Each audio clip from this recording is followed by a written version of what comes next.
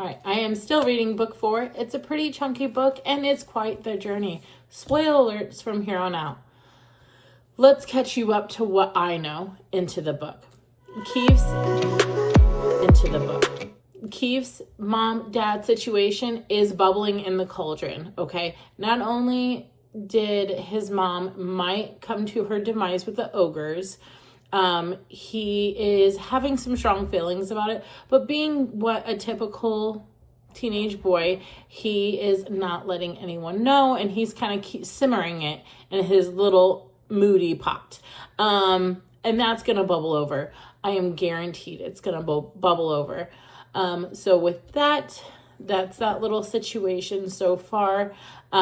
Sophie and Fitz are a connection. They are, that strong telepathic bond, which I'm not going to lie to you guys.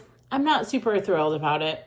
And I'm not super thrilled that during one of their brain sessions, she almost let Fitz know that she likes him like that. And my guy, Keith, has the most perfect timing, interrupts this session before she reveals that to him, because in order to have this cognate kind of relationship, you cannot have any secrets.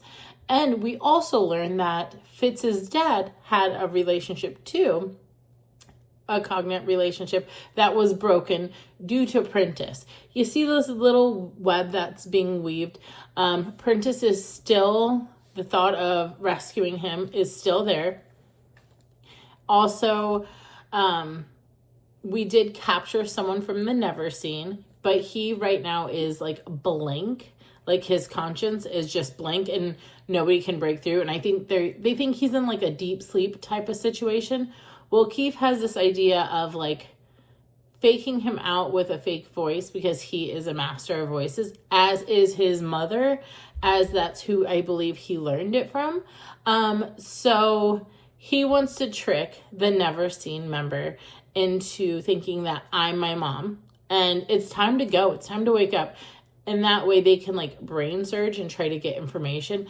I don't know. All I know is that if she got in trouble for letting one of the Never Seen go, he must have some information.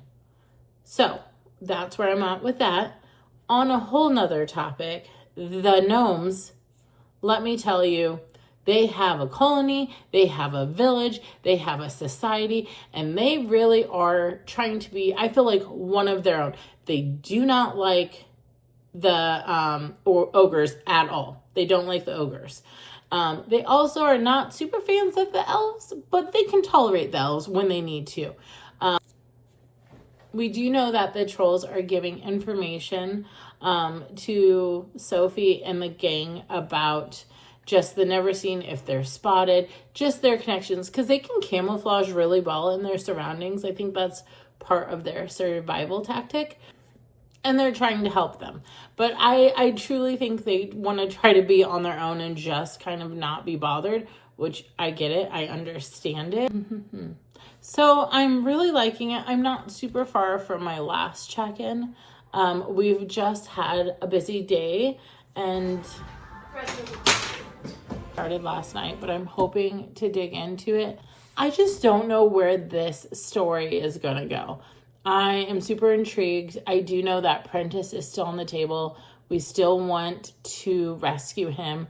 I think they have plans, right? They have strategies, and I don't think they are thinking them through all the way, because I feel like things stir up. I also know that this is probably not the last we've seen of Brant from the previous book.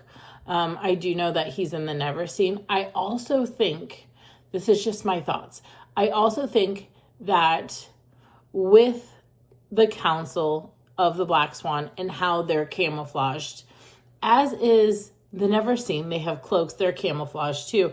I think we know the members of both parties, and I think they're blending into the crowd. So now I'm kind of suspicious about who's who, and I'm trying to pinpoint who I think is who, because you have the Never Seen, and some characters that you might think fit that dynamic, but then you also have the Black Swan, and I truly think that some of the people that we are introduced to in this book already are part of that council.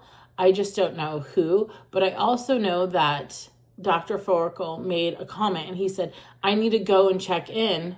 I don't know if it's Dr. Forkel. Let me take that back. One of the council members has stated, I've been gone too long. I need to go check in before they find me missing, or they think I'm missing, or whatever the case may be. So I don't know if there's a different time hop, which I don't think is the case. I think he's a prominent member. And I also think we're going to find out. Don't ask me why. I think one of the guys is Grady. I do. I think it's Grady.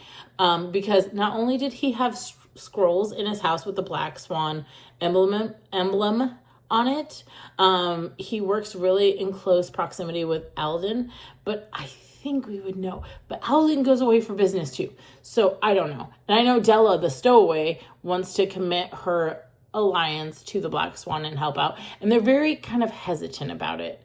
In a sense of like, not all the council members are in complete agreement that you should be here. So I don't know. But those are my thoughts.